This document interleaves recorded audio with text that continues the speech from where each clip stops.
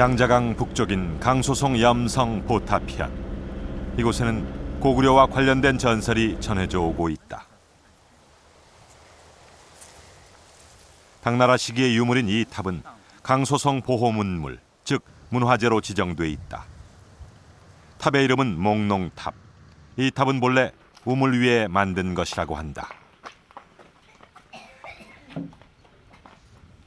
这个孟浪宝台井就在这个地下，上面已经被封死了吧？在这个没维修之前的时候，这个地方有这么一点点路的洞，啊，后来嘛，这个从1998年已经把这个孟浪台已经修好了。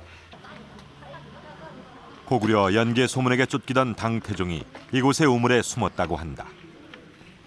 당태종이 몽롱하게 잘 보이지 않았기 때문에 연개 소문에게 발각되지 않고 목숨을 구하게 됐고, 그래서 몽농탑이란 이름이 붙여졌다고 한다. 就是当年有我们过去叫中原呢，这个地方现在叫中国，在中原四边东边有一个叫东辽国家，东辽国家的这个首领叫盖叔文，他要向我发动进征，就是进军我们中原地区。到了中原以后呢，就在东海沿海一带啊，在交界，在交界的这过程当中，就是有唐王李世民。 就是被这个敌军呐，盖叔文追赶过来了，一走到我们这个地方有一口枯井，他急忙就跳到枯井底下，在上面的时候有蜘蛛啊，有多少个蜘蛛就结成网，把它封起来了。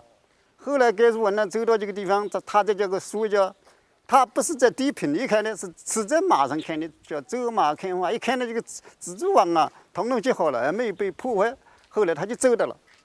最后的时候呢，他走到了以后呢，这个唐王李世民呢就得救了，得救回朝以后呢，就在这个地方建了一座宝塔，叫蒙龙塔。 몽농탑 때문에 이곳 희연의 명칭도 보탑희연이다. 이 지역 사람들은 실제로 고구려 연개 소문이 이곳까지 왔다고 믿고 있다. 一般人都知道这个故事，从大人也好，小孩也好，都知道这个故事。 이런 이야기는 이곳뿐 아니라 산동과 강소송 곳곳에 남아있다. 그래서 실제로 고구려 군대가 전쟁 와중에 후방인 이 지역을 수군으로 공격했을 가능성도 있다. 그러나 구체적인 기록이 없기에 전설로 머물 수밖에 없다. 중국의 전설에서는 당태종과 당군이 언제나 고구려에 쫓기고 있었다. 오늘은 세계 전쟁사의 수수께끼. 고구려 수당 전쟁, 두 번째로 고구려와 당나라와의 전쟁을 살펴보겠습니다. 고구려는 수나라와의 4차례 대전쟁에서 모두 승리했습니다. 결국 수나라는 고구려와의 전쟁에서 패배하는 바람에 나라마저 붕괴되고 말았던 거죠. 그러나 고구려의 시련은 끝이 없었습니다. 수나라에 이어 등장한 당나라가 고구려를 그냥 두지 않습니다. 당나라는 30여 년 치밀한 전쟁 준비를 합니다. 그리고 마침내 고구려로 밀려옵니다. 이 전쟁은 피할 수 없는 전쟁이었다고 학자들은 말하고 있습니다. 고구려와 당나라, 두 나라 중에 하나가 없어져야 끝이 날 엄청난 전쟁이 또 벌어진 것입니다. 이 사람은 당태종입니다. 형을 죽이고 아버지를 내쫓고 황제 자리를 차지한 사람입니다. 수양제와 비슷한 폐륜을 저지른 겁니다. 그가 황제가 된 후 그는 주변의 국가들을 하나하나 제압해 나갑니다.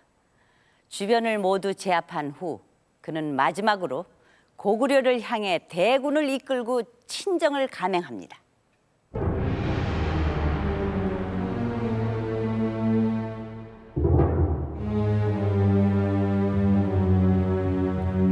수나라가 멸망하고 당나라가 그 뒤를 이었다.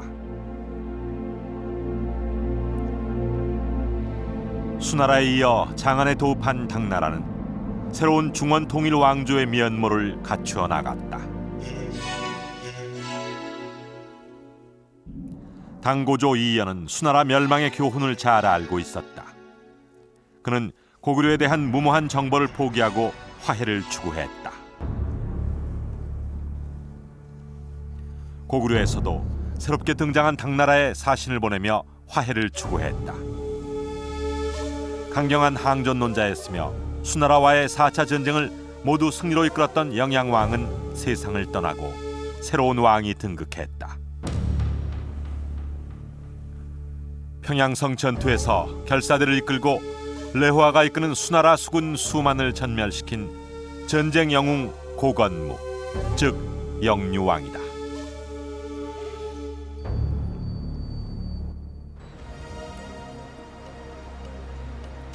당나라는 먼저 고구려에 우호적인 제의를 보내왔다.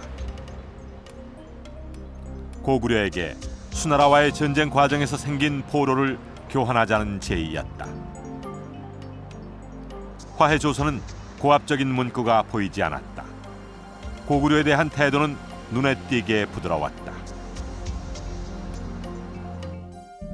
그가 보내온 조서 내용이 삼국사기에 실려 있다. 수나라 말에 전쟁이 이어져 전장터에서 각기 백성을 잃었고 부모 형제가 서로 헤어져 여러 해가 지났으며 부부가 만나지 못해 원통함을 못 이기고 있다. 지금은 두 나라가 서로 화목하여 도리의 어긋남이 없게 되었도다. 이곳에 있는 고구려인들을 곧 모아 보낼 테니 그곳에 있는 이 나라 사람들을 왕은 돌려보내 서로 백성을 위해 어질고 용서하는 도리를 넓히도록 하자. 영유왕이 국내 중국인을 모두 수색하니 지난 수나라와의 전쟁에서 포로로 잡혀 고구려에 억류돼 있던 사람이 모두 수만 명에 달했다. 영유왕은 이들을 모두 중국으로 돌려보냈다. 당고조가 매우 기뻐했다고 한다. 영유왕은 더욱 적극적으로 중국과의 화해를 모색했다. 그는 고구려의 지도를 당나라에 바치면서까지 평화를 추구했다.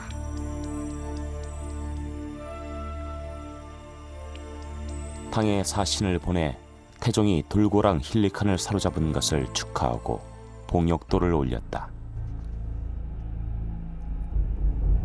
당고조 때 유화적인 태도와는 달리 당태종은 고압적인 자세를 견지했다. 영유왕이 지도까지 바쳤으나 그는 사신을 보내 고구려의 전승기념탑을 무너뜨리는 만행을 저질렀다. 당이 광주 사마 장손사를 보내 수나라 전사의 해고를 묻고 제사 지냈으며 당시 세운 경관을 헐어버렸다. 당나라가 도패했던 서안. 이곳 장안성에서 당나라는 또다시 주변 국가들을 침공하려는 야심을 키워나갔다.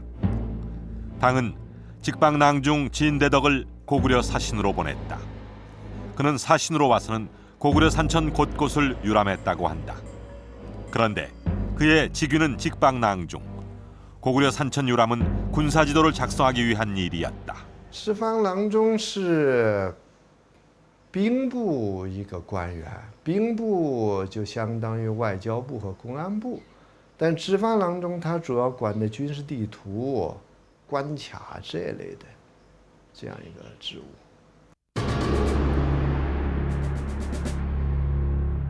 635년 당나라는 토요콘을 멸망시켰다. 티베트권 지역에 있던 토요콘이 당나라의 서쪽을 위협한다 하여 이정을 서해 도행군 대총관으로 기용해 원정에 나섰던 것이다. 그는 달아나는 토요콘의 뒤를 쫓아 2000리를 질주, 토요콘의 방어선을 돌파하고 토요콘 왕인 명왕을 사로잡았다. 일찍이 중국에서는 없던 전술이었다.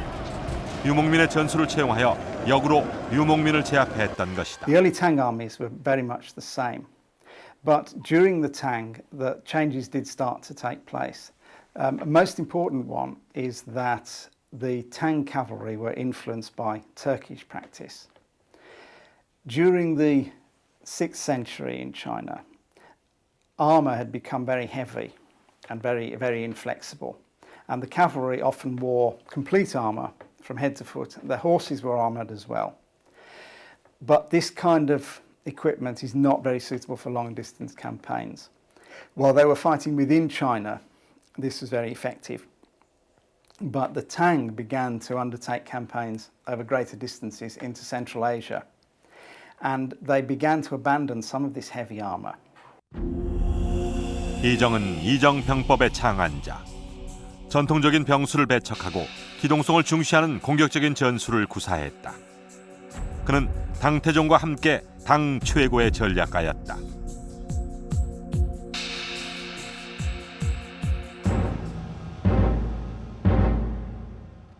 당은 640년에 고창국을 침공 멸망시켰다. 당태종의 입조 요구를 고창왕이 병을 핑계로 거부하자 대군을 동원했던 것이다. 고창국은 설마 당군이 사막을 건너 멀리 서역까지 오겠는가 하고 방심하고 있다가 갑자기 들이닥친 당의 대군에 당하고 말았다. 고창국의 국도였던 고창고성. 당태종은 주변의 오아시스 나라마저 하나하나 정벌해 나갔다. 당나라가 고구려를 공격할 경우 당나라의 후방을 교란시켜줄 나라들이 모두 사라져간 셈이다.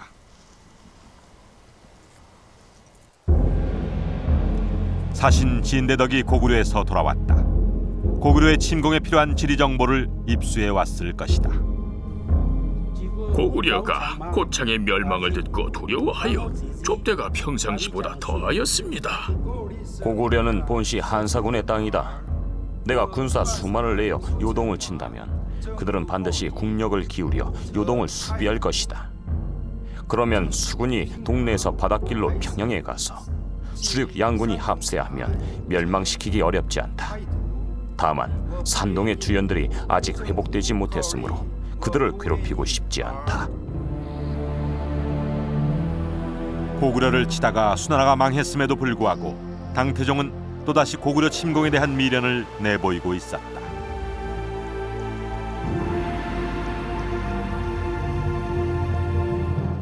당나라가 고구려를 침공할 의도를 내비치자 고구려도 전쟁 준비를 해야 했습니다. 영유왕은 천리장성을 축조하도록 지시합니다. 북쪽 부여성에서 동남의 바다, 즉 바레만까지 천리장성 공사는 16년간 계속됩니다. 삼국유사는 이때의 어려웠던 상황을 이렇게 전하고 있습니다. 신암역 여경, 남자는 모두 성 쌓기에 동원되고 여자가 밭을 갈 수밖에 없었다고 합니다. 고구려 백성 모두 얼마나 힘들었겠습니까? 이렇게 고구려는 총력을 기울여 당나라의 침략에 대비해 나간 겁니다. 그런데 이 천리장성 축조를 감독하는 장수 연개소문이 정변을 일으킵니다. 당나라의 저자세 외교를 벌이던 영유왕을 죽이고 보장왕을 내세웠습니다. 이는 바로 당나라의 침공구실이 되고 맙니다.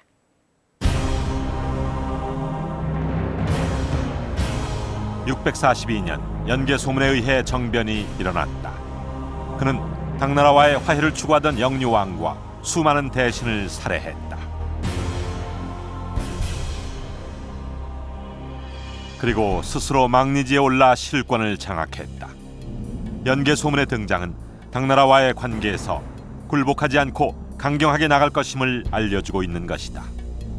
고구려와 당나라, 두 나라 충돌의 가능성은 점점 높아져 갔다. 당나라에서는 박주자사 배행장이 고구려를 토벌해야 한다는 상소를 올렸다. 고구려 왕 무는 사신과 조공을 그치지 않았는데 흉악한 신하가 살해했다. 짐의 슬픔이 매우 크고 잊을 수가 없다. 상중임을 틈타 공격하는 것은 옳지 못하고 산동의 황폐함 때문에 머뭇거릴 뿐 나는 병사를 일으키라는 말을 참을 수가 없노라. 당태종은 다시 한번 고구려 정벌의 의지를 드러냈다. 연개소문의 영유왕 살해를 핑계로 고구려 정벌의 필요성을 역설했다. 그런데 이 시기 신라가 당나라에 사신을 보냈다. 신라는 고구려가 당으로 가는 길을 막고 백제와 함께 신라를 침공한다며 구원을 요청했다.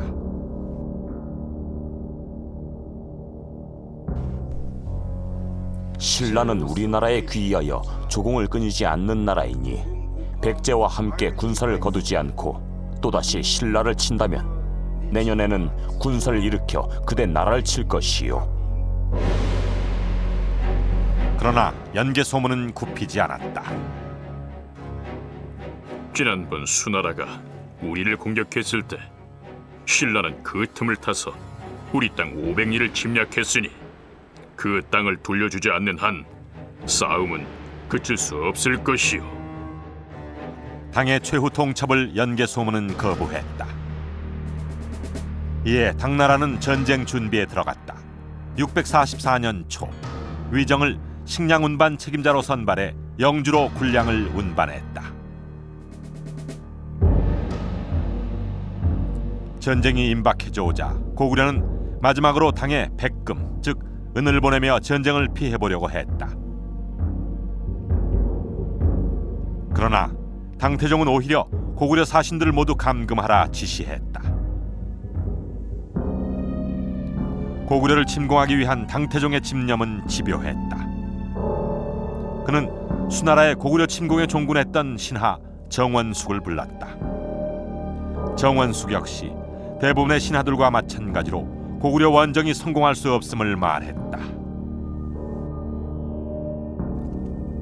요동은 길이 멀어 양국을 수송하기가 곤란하고 고구려는 성을 잘 지키므로 갑자기 항복시킬 수가 없습니다.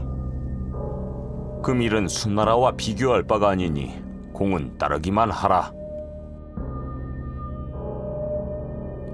당태종은 신하들의 만류를 듣지 않았다.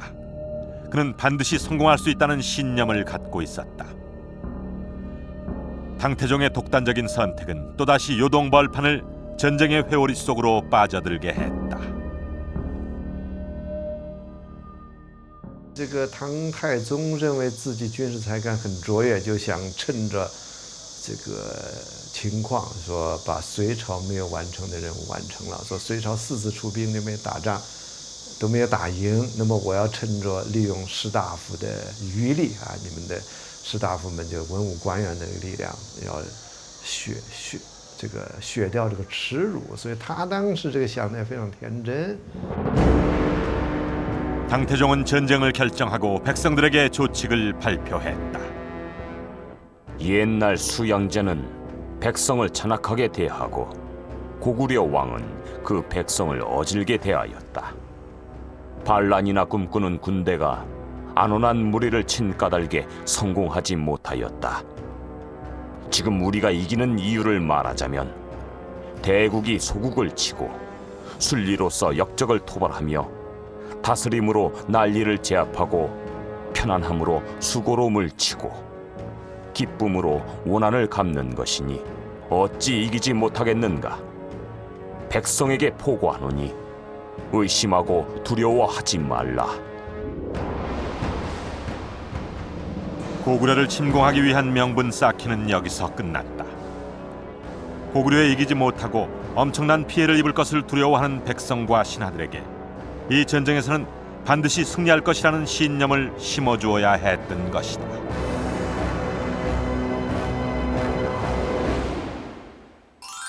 당태종은 신하들의 반대를 물리치고 고구려 원정을 결정합니다. 수나라의 교훈을 잘 알고 있었기에 군량 보급 문제를 자초하지 않기 위해서 대군을 모으지 않고 소수 정예병 위주로 선발해 출정을 합니다.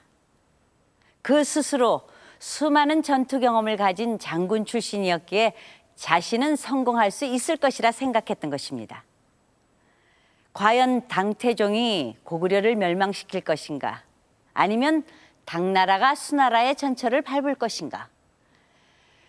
고구려로서는 힘들게 수양제의 침략을 물리친 후 30년 만에 또다시 중원의 패자와 일전을 겨루어야만 했습니다.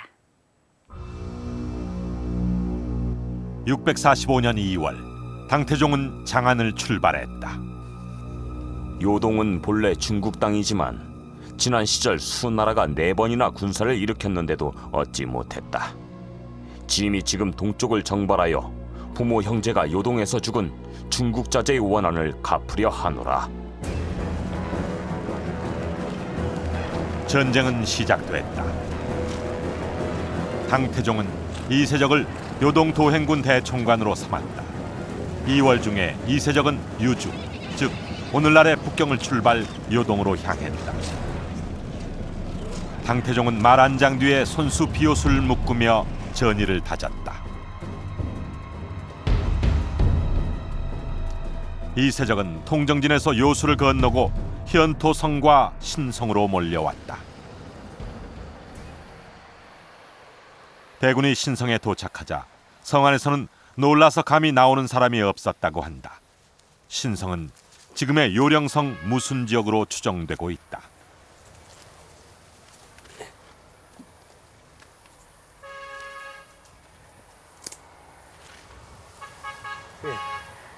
이게 지금 고이산 산성으로 되어 있는데, 고이산이라는 것은 하늘을 말하면 중국말 하면 꼬얼산입니다. 꼬얼산 역시 고려산이란 말입니다.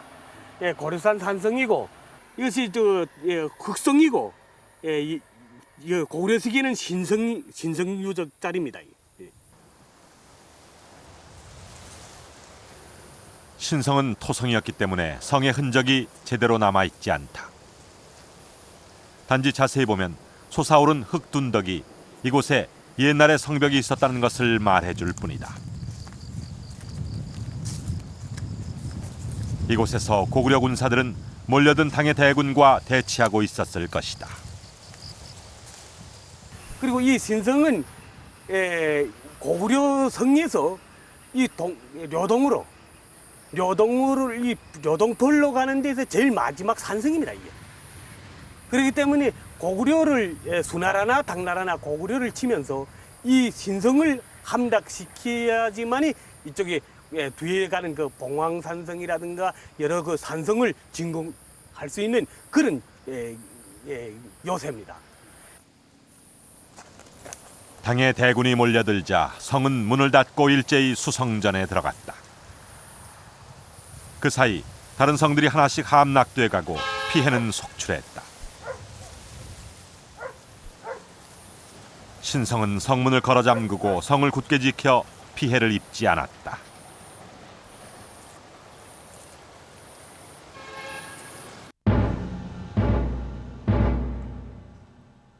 장검이 요수를 건너 건안성에 이르러 우리 병사 수천인을 죽였다. 도종이 계모성을 공격, 성을 함락시키고 1만 명을 포로로 잡았다. 고구려로서는 예상하지 못했던 큰 피해가 발생했다.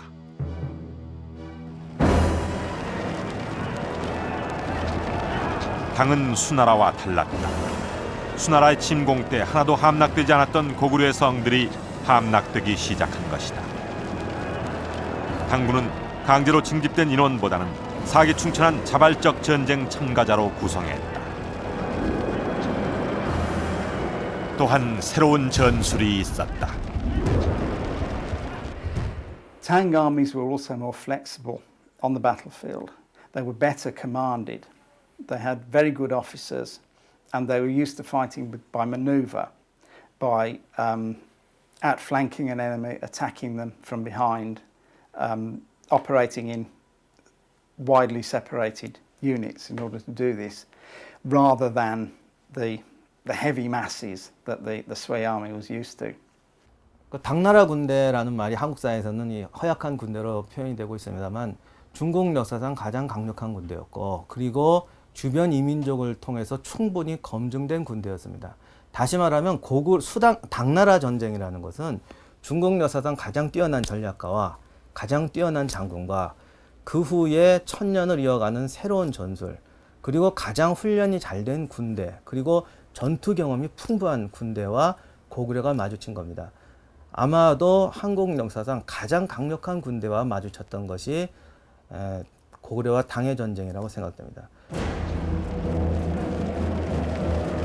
645년 5월 당태종은 정예병을 이끌고 요택을 건너오고 있었다. 요택은 오늘날의 요하 하류 일대, 요서 지역에서 요동 벌판을 남쪽으로 가로질러 요동으로 갈 때 거쳐야 되는 곳이다. 지금의 반금시 주변에는 곳곳에 끝이 보이지 않는 갈대숲의 늪지대가 펼쳐져 있다. 당태종은 요택에 이르렀지만 진흙길이 200리나 되어 통과할 수 없었다. 흙을 펴 길을 만들고 다리를 만들어 요택을 동쪽으로 건넜다. 당태종은 요택을 모두 건넌 후 병사들의 마음을 굳게 하기 위해 도하 장비를 모두 불태워버렸다. 전장은 어차피 피로 물들 수밖에 없었던 셈이다. 요동성을 구원하기 위해 보장왕이 신성과 국내성의 보병과 기병 4만을 보냈다.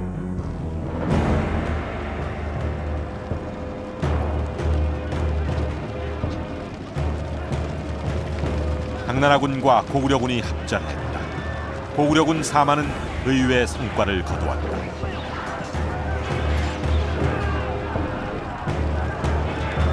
당 행군 총관 장군예가 고구려와의 싸움에서 불리해지자 도주했다. 첫 대회전에서 당이 패배했던 것이다. 요하를 건넌 당태종이 도착했다. 요동성 서남에 있는 마수산에 주둔했다. 퇴주했던 행군 총관 장군예를 불렀다. 행군 총관 장군예는 참형에 처했다.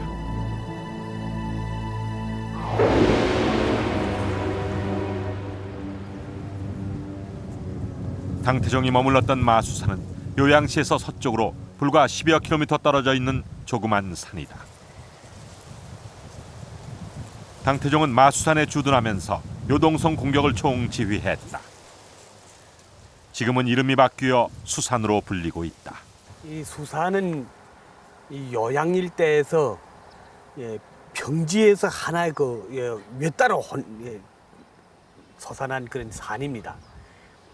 그래서 이 수산마을이 오르면 이 요양시하고 이쪽이 이 요동벌이 환히 한눈이 안겨오는 곳이거든요. 그래서 군사적으로 아주 중요한 위치에 있습니다. 그래서 특히 당태종이 자기 군사들을 요동 질러왔을 때 여기에 자기 그 사령부를 앉혔던 것입니다. 지휘부를 앉혔던 곳이었거든요.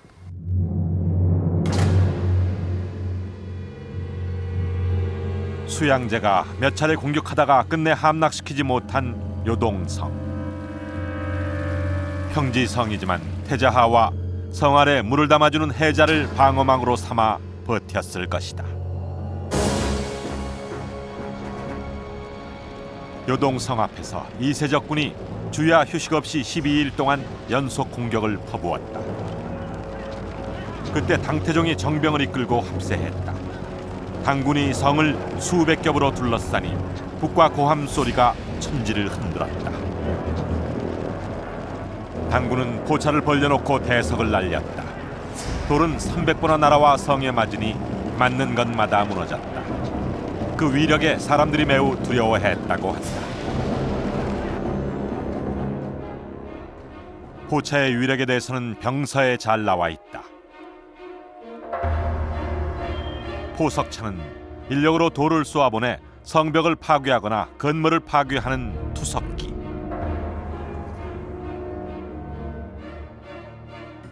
투석기 같은 경우는 서양과 동양에서 그대로 다 쓰입니다. 그런데 서양의 투석기는 이제 특징이 기계적 힘으로 이제 돌을 날립니다. 근데 중국 투석기는 특징이 무조건 사람이 잡아당겨요. 근데 이제 문제는 이 사람이 잡아당길 때 투석기가 무한정 커질 수 있다는 거죠. 그 송나라 때 편찬한 무경총이라는 책에 보면은 그 표준적인 투석기 중에서 가장 큰 것이 250명이 잡아당기고 60km 되는 돌을 한 100m, 70m 정도 날릴 수 있다고 되어 있습니다. 그런데 이거는 이제 표준적인 개념이고 실제로는 뭐 수천 명이 잡아당겨서 만드는 거대한 투석기도 있습니다. 그래서 투석기는 비교적 단순한 구조로 되어 있다. 실제로 투석기는 어떻게 작동되는 것일까? 소형 투석기를 실제로 만들어 보았다. 밧줄이 많이 연결될수록 많은 사람들이 한꺼번에 포를 당길 수 있게 된다. 더 굵고 튼튼한 나무를 사용하고 인력을 더 동원하게 되면 무거운 돌을 더 멀리 날릴 수 있게 된다.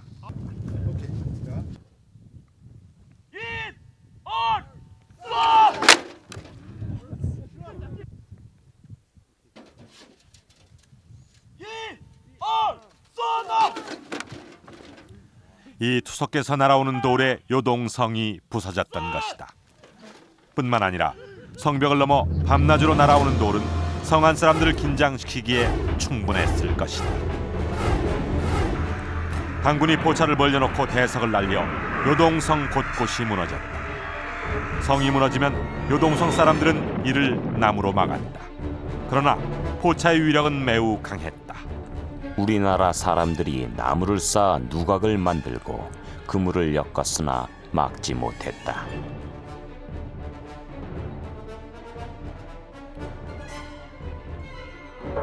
요동성의 운명이 위태로워지자 성 안에서는 미녀를 단장해 신으로 삼았는데 무당이 말하기를 주몽이 기뻐하시니 성은 반드시 온전하리라. 요동성 안의 사람들은 이 말에 모두 힘을 내어 분전했다. 그러나 상황은 당나라에 유리하게 돌아가고 말았다. 당군이 바람을 타고 성의 서남루에 불을 지르자 성안은 불에 휩싸였다. 수많은 사상자가 발생했다. 정예병사 1만과 남녀 주민 4만이 포로로 잡히고 말았다. 삼국사기는 이때의 상황을 이렇게 전하고 있다. 우리 군사가 역전했으나 이기지 못하였다. 죽은 자가 1만 명이다.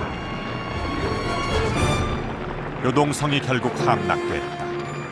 요동성의 군량 50만 석도 당군의 수중에 넘어가고 말았다.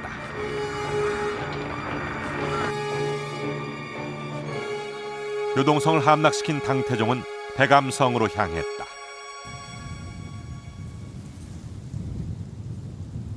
백암성은 요양시에서 동쪽으로 30km 정도 떨어진 곳에 있다. 백암성은 고구려성의 특징을 가장 잘 보여주는 성이다. 가공된 돌로 기단을 만들어 1400년이 지나도 허물어지지 않도록 만들어진 것이다. 이 성의 남쪽 성벽은 태자하의 절벽 위에 세워져 있다. 절벽을 성벽으로 삼고 나머지 산미연에는 높고 튼튼한 인공 성벽을 쌓았다. 어떤 적도 들어오기 힘든 난공불락의 요새였다. 그러나 전투는 제대로 벌어지지도 않았다. 요동성 함락 소식을 들은 성주가 당태종의 군대가 몰려오자 성민들 몰래 투항을 해버렸기 때문이다. 요동성의 함락에 이은 백암성의 투항으로 고구려 방어선이 위태로워지기 시작했다.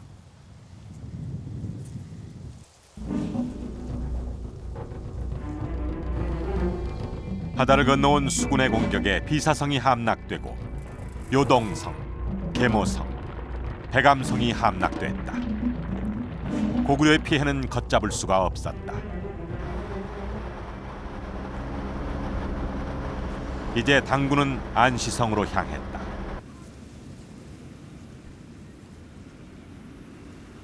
안시성은 요령성 해성시 인근에 있는 영성자 산성.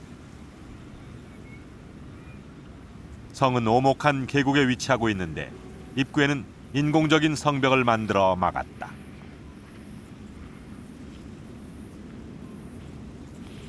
성은 산등성이를 따라 연결돼 있는데 성벽의 전체 길이는 2.5km에 달한다고 한다. 이제 고구려의 운명이 안시성 성민들에게 달려있게 됐다. 당군이 진군해 안시성 주변에 주둔하면서 성을 포위하자 고구려 구원군 15만이 도착했다. 이들은 성 동남쪽 판리되는 산에 주둔했다고 한다.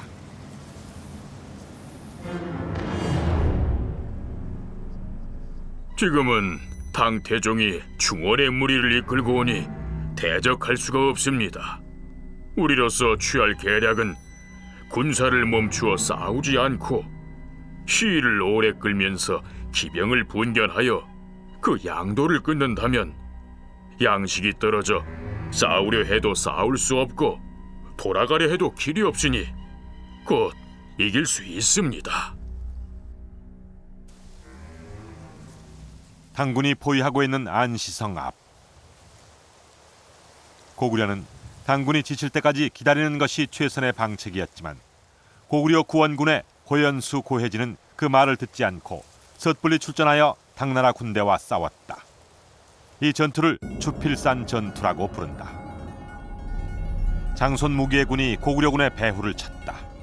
그리고 당태종이 정면에서 산을 올랐다. 당군의 공격에 15만 구원군이 허물어지고 말았다. 안시성 외곽에서 벌어진 이 주필산 전투에서 장수 고혜진 고연수가 사로잡혔다. 그리고 3만의 고구려군이 전사를 했다고 한다. 그러나 그렇게 일방적으로 고구려가 패배하지 않았을 것이라는 주장은 일찍부터 있었다.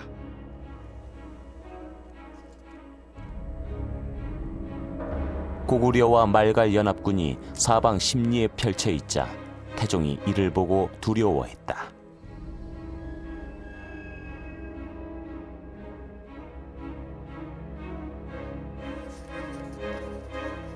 주필산 전투 때 고구려군이 당의 육군에 거의 승리해갈 즈음 태종이 이세적의 깃발이 포위되었음을 듣고 크게 두려워했다.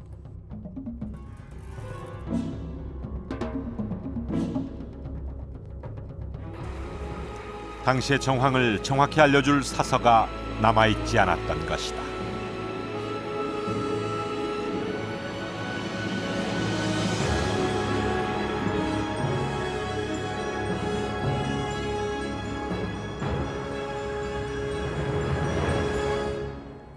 저기가 안시성입니다. 안이 오목하게 돼 있죠. 당나라 군대는 밖에서 성을 공격하고 안시성 성민들은 이 계곡 안에 있었던 것입니다. 안시성 쪽으로 당나라군이 몰려들자 고구려 보장왕은 안시성을 구하러 구원군 15만을 보냅니다. 안시성에서 남쪽으로 8리 떨어진 곳에 고구려 구원군 15만이 주둔합니다. 그러나 전투에서 당나라군의 참패를 당하고 말았던 것으로 중국 사서는 기록하고 있습니다. 그런데 중국 곳곳에서는 당시 고구려가 위급했던 것이 아니라 거꾸로 당태종이 영계 소문에 쫓겨 죽음 직전까지 갔다는 전설이 전해지고 있습니다. 어니하 당태종 한마처. 청나라 때의 만주 지역의 지리서 성경 통지입니다. 어니하라는 강이 당태종이 고구려군에 쫓기다 늪에 빠져 생명이 위험했던 곳이라고 전하고 있습니다. 고구려의 반격이 만만치 않았다는 사실을 시사하는 것입니다. 안시성이 함락된다면 당나라는 여기에서 남쪽으로 내려가서 건항성을 함락시키고 평양으로 나아가게 됩니다. 고구려의 운명은 이제 안시성 성민들에게 달려있는 셈이죠. 안시성 앞에는 당나라의 대군이 포진하고 있고 안시성을 구원하러 온 고구려 구원군 15만은 전투에서 패했다고 되어 있습니다. 영계소문은 이렇게 위급한 상황에 도대체 무엇을 하고 있었던 것일까요?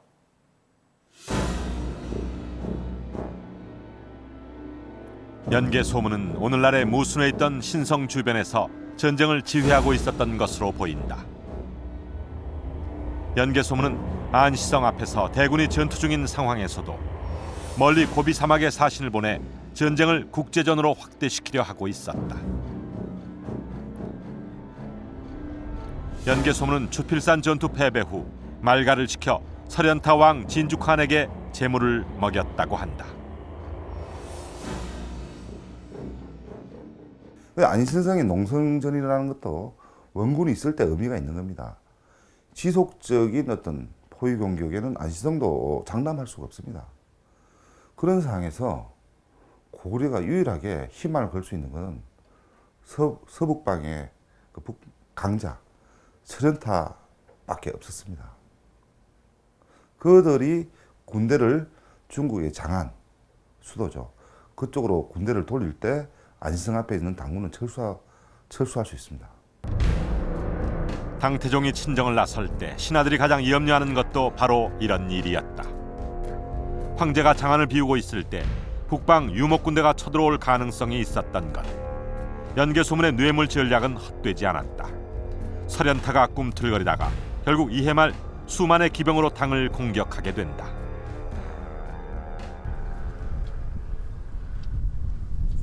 고구려는 당나라의 공격에 맞서 북방뿐 아니라 멀리 중앙아시아 지역에까지 사신을 파견했다. 우즈베키스탄 사마르칸트의 아프라시압 궁전 벽화. 고구려가 당나라와 힘든 싸움을 하고 있던 시기, 이곳에는 강국이 있었다. 이 벽화는 강국의 왕궁 벽에 그려진 것이다. 이 벽화에 남아있는 글씨를 토대로 이 그림이 그려진 시기가 밝혀졌는데, 그림은 아흐르만 국왕 시기인 650년 무렵의 일을 그린 것이다. 당시 고구려 사신의 모습이 남아있다. 환두대도를 차고 머리에 조우관을 쓴 모습이 선명히 남아있다.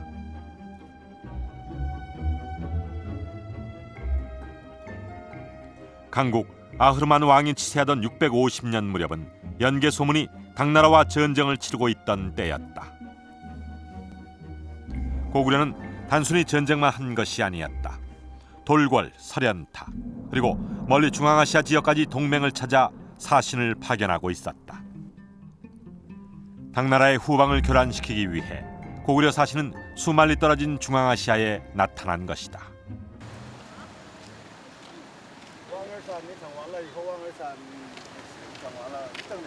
안시성 남쪽에 고려성이 있다.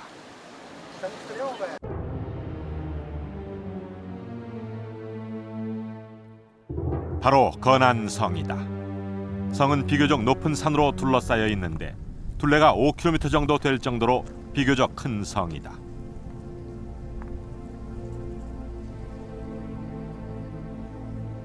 건안성도 안시성과 매우 흡사하다. 골짜기 한 면을 인공적으로 막고 골짜기 전체를 성으로 사용하는 방식이다. 성 입구에는 계곡을 막고 있는 작은 산이 있다. 이 토산이 바로 성벽이다. 산처럼 보이는 이 성벽은 높이가 20여 미터에 달한다. 그런데 자세히 흙절벽의 표면을 털어내보면 한눈에도 이 성벽이 그냥 흙을 쌓아 만든 것이 아님이 드러난다. 흙으로 된 성벽에는 벽돌을 쌓은 듯 층이 드러나는데 흙을 한 층 한 층 다지면서 쌓아올린 판축 기법의 흔적이다. 이 성벽의 폭은 무려 60m에 달한다. 높이 20m, 폭 60m의 성벽을 이렇게 쌓은 것이다.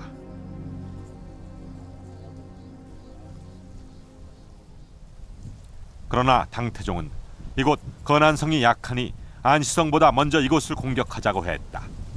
건안성과 안시성, 어느 것을 먼저 칠 것인가? 당태종과 이세적의 의견이 엇갈렸다. 건안성은 군사가 약하고 양식이 적으므로 불의에 나아가 친다면 반드시 이길 것이다. 그대가 먼저 건안을 치는 것이 좋겠다. 건안이 함락되면 안시는 내 수중에 있게 된다. 건안성은 남쪽에 있고 안시성은 북쪽에 있는데 지금 안시성을 넘어 건안성을 치다가 만일 고구려인이 우리 양도를 끊으면 장차 이를 어찌하겠습니까? 먼저 안시를 치는 것만 갖지 못하니 안시가 함락되면 북을 올리며 진군하여 건안을 취할 것입니다. 그대를 장수로 삼았으니 어찌 그대의 책략을 쓰지 않으리요. 우리의 일을 그르치지 말도록 하라.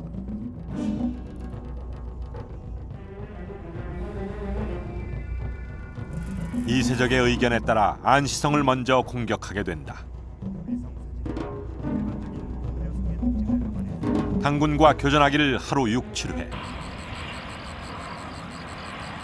안시성 사람들은 당태종의 깃발을 보며 성 위에 올라 북을 치며 소리 지르니 당태종이 노했다고 한다.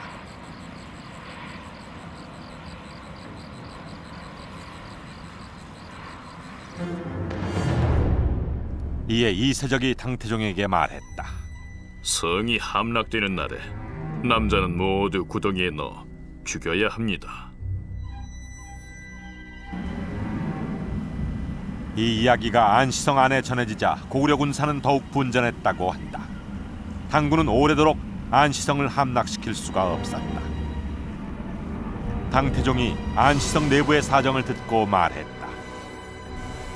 성을 포위한 지 오래여 성중에 밥 짓는 연기가 날로 미약해지는데 지금 닭 돼지가 심히 시끄러움은 반드시 군사들을 잘 먹여 밤에 나와 우리를 습격하려는 것이니 마땅히 군사를 어미하여 이에 방비하라. 밤이 되자 안시성 병사 수백 명이 몰래 줄을 타고 내려왔다. 당태종의 말처럼 안시성 군사들은 야간 기습으로 당을 공격하려 했다. 그러나 기다리고 있던 당군의 역습을 받아 수십 명이 살해되고 말았다.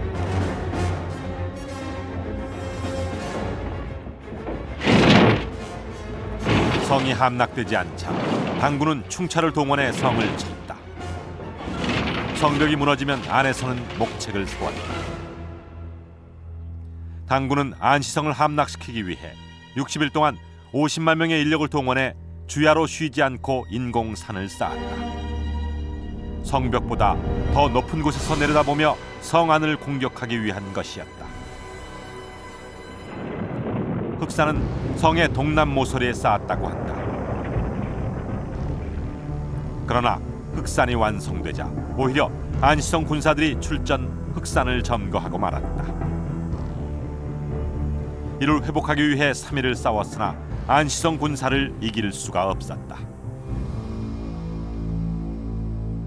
당태종은 토산을 지키던 장수 부보계를 참형에 처했다. 시간은 점차 고구려에 유리하게 흘러가고 있었다. 당나라의 군량이 부족해지고 있었던 것이다. 그리고 날씨가 추워지고 있었다. 결국 당태종은 아무런 성과도 없이 철수를 결정했다. 수양제 전철을 밟지 않기 위해 몸소 흙을 나르고 부하들의 상처를 입으로 빨아주기까지 하며 전쟁을 진두지휘했지만 실패하고 말았다.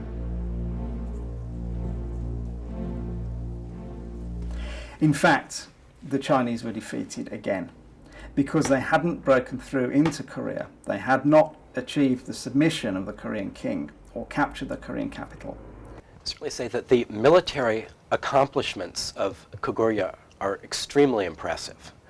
That this was a great military power, one that was able to defend itself successfully, repeatedly against Chinese invasions in 598, in 612, in 613, in 614, in 645, and this is a very significant accomplishment. If you consider the size of China, the resources that China could bring to bear against Goguryeo. So I think in the big picture of world military history, I think Goguryeo definitely deserves a very honorable mention. 당태종은 요동성 앞에서 요수를 건넜다.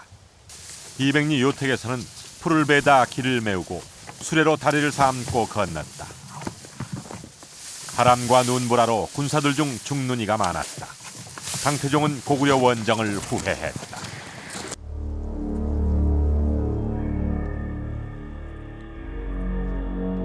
위징이 만일 있었다면 나로 하여금 이 원정을 하지 않게 하였을 것이다. 위징은 직언과 극간을 서슴지 않던 시중 위징을 말한다.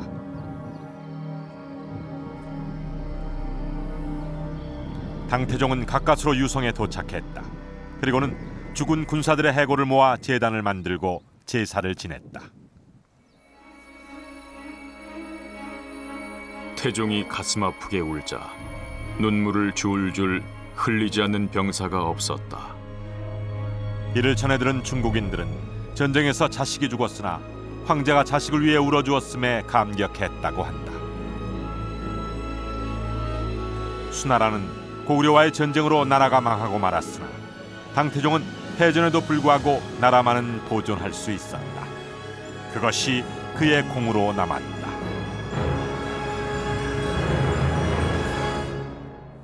수양제가 고구려와의 전쟁에서 패하고 결국 비참한 결말을 맞고 말았다는 것을 당태종은 잘 알고 있었습니다.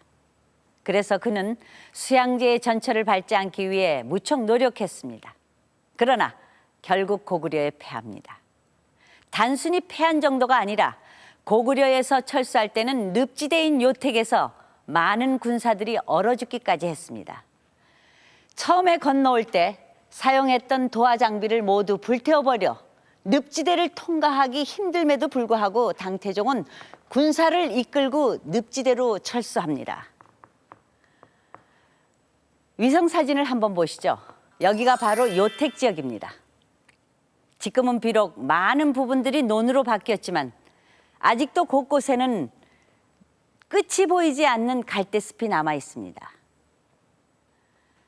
당태종은 안시성에서 철수할 때 안시성 성주에게 그 충성심을 칭찬하고 비단 100피를 하사하고 떠났다고 중국 사서는 전합니다. 과연 그럴 여유가 있었을까요? 그렇게 여유 있었던 당태종이 왜 좋은 길로 가지 않고 굳이 험한 늪지대를 택해 수많은 병사들을 죽음으로 이끌었을까요? 자칫 동감에는 이해하기 힘든 기사가 있다. 당나라의 피해가 너무 적게 되어 있다. 말에 10의 7, 8이 죽었다고 되어 있습니다. 그럼에도 불구하고 군사는 기록에 따라서는 1200명, 2000명 정도밖에 안 죽었다라고 되어 있습니다. 그러나 그 기록들은 믿기가 어렵습니다. 당태종은 영주에 도착해서 죽은 장병들을 위해서 제사를 지내줍니다. 죽은 자가 많았기 때문이죠. 그리고 그 자신도 거기서 직접 수레를 밀 정도로 아주 고생해서 탈출했습니다. 그렇다면 거기서 당군의 피해가 너무나도 엄청났다고 밖에 볼 수가 없습니다. 실제로 당군이 겨우 피해가 2000명이었다면 그 이후에 반전 논의가 나와 있지 않았을 것이고 당태종도 전쟁에서 실패했다는 말을 스스로 하지 않았을 겁니다. 하지만 그 전쟁에서는 말뿐만 아니라 사람도 당의 군사력도 엄청나게 많이 손상됐다고 볼 수 있겠죠. In later years, he insisted on seeing the court diary that officials had written of the events of his reign, which traditionally in China was not done. The emperor was not allowed to see the diary written about his own reign. He insisted on seeing it and editing it and rewriting it. So he was very good at making himself look even better than he was. And I think that's what happened here. He went to a lot of trouble to make it look as though he'd won a battle and won a campaign, as in fact, from an unbiased perspective, it can only be seen as a defeat. 장안으로 돌아온 당태종은 고구려와의 패전 충격에서 쉽게 벗어날 수가 없었다. 내가 천하의 무리를 이끌고 작은 오랑캐에게 괴로움을 당한 것은 무슨 일이냐? 이는 도종이 해명해야 할 것입니다. 당신은 급해서 내가 생각지 못했다. 도종이 안시성을 두고 평양으로 진격하자고 했었던 것이다. 당태종은 이를 듣지 않았음을 후회했다. 647년 그는 다시 고구려를 원정하자고 제안했다. 방헬령이 상소를 올렸다. 지금 무제한 군사들을 몰아다가 창칼 아래 간과 내가 땅에 떨어져 비참하게 죽게 하는 것이 불쌍하지도 않습니까? 만일 고구려가 신조를 어기면 죽여도 가하며 우리 백성을 침여하면 멸망시켜버려도 가하며 중국의 근심이 된다면 제거해도 가합니다. 지금 이 세 가지 조건이 없는데도 폐하는 중국을 괴롭히고 있습니다. 당태종은 649년 죽었다. 역사상 가장 모범적인 황제로 평가받는 그이지만 고구려 원정은 그의 가장 큰 실책으로 남겨졌다. 그는 죽어서야 고구려에 대한 미련을 접었다.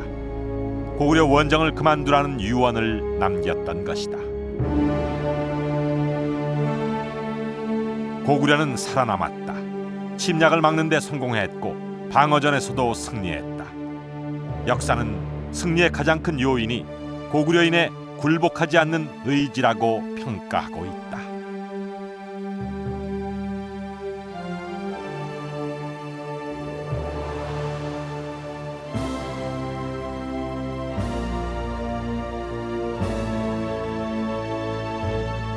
평양이 외로운 군사로서 큰 군사를 대적하여 전승을 거두었으니 장하다. 당태종이 안시정 싸움에서 패하고 그 뒤 여러 나라가 우리나라를 침략하였으나 모두 이기지 못하고 섬멸되었으니 천하 후세가 우리 동방을 강국으로 여겨 감히 함부로 침범하지 못한 것이 아니겠는가.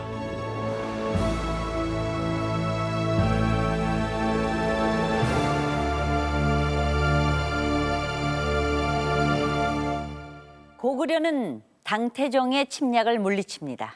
뿐만 아니라 그 뒤에 이어진 계속되는 전쟁에도 여전히 승리합니다. 고구려는 비록 마지막에 내분이 일어나 나라를 통째로 넘겨주고 마는 어처구니 없는 일을 당했지만 중국 통일왕조와의 70년 전쟁 동안에는 단 한 번도 패하지 않았습니다. 수문제의 30만 대군의 침략에서부터 수양제의 100만 대군과의 전투에서 승리했고 중국 역사상 가장 훌륭한 성군으로 알려진 당태종에게도 참패를 안겨주었습니다. 중원의 10분의 1도 되지 않는 인구로 수나라와 당의 대군을 막아낸 것입니다.